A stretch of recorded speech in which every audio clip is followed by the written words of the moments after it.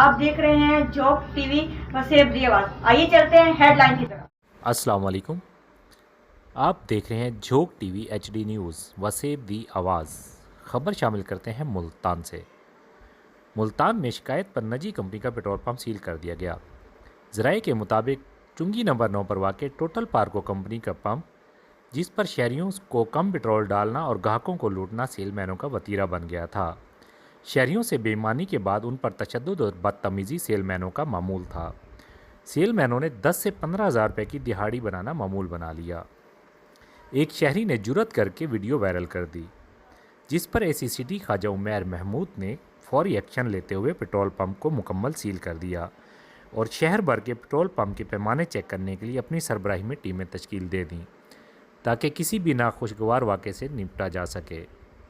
Joke TV HD news Multan. रात को ये टोटल पेट्रोल पंप से मैंने अपनी इस होंडा सिटी ये ज़रा दिखाएँ 2007 मॉडल, जिसका कंपनी स्पेसिफिकेशन के अकॉर्डिंगली 42 लीटर पेट्रोल आता है और रात में गाड़ी चला के आया था। It means 5-7 litre petrol already था। तो अगर 5-7 लीटर ऑलरेडी पेट्रोल हो तो इसमें मैक्सिमम 35 लीटर पेट्रोल आना चाहिए। कंपनी के गिवन फ्यूल टैंक की कैपेसिटी है 42 लीटर और इन्होंने ये मुझे फ्यूल डाल के दिया है 50 लीटर से भी ज़्यादा, 50.5 यानी 50.5 लीटर पेट्रोल डाल के दिया है। मैंने उनके सेल्समैन से बात की है कि इसका फ्यूल टैंक 42 लीटर का है, तो आपने 50 से ज़्यादा पेट्रोल कैसे डाल दिया?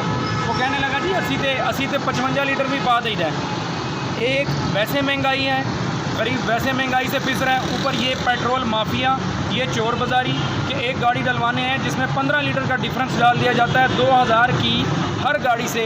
ये हराम की कमाई। और ये 9 number petrol pump Multan 9 number चौक पे टोटल का ये पेट्रोल पंप है और उसके मैनेजर को कॉल की है। 12 कॉल करने पे उसकी रिकॉर्डिंग मेरे पास है।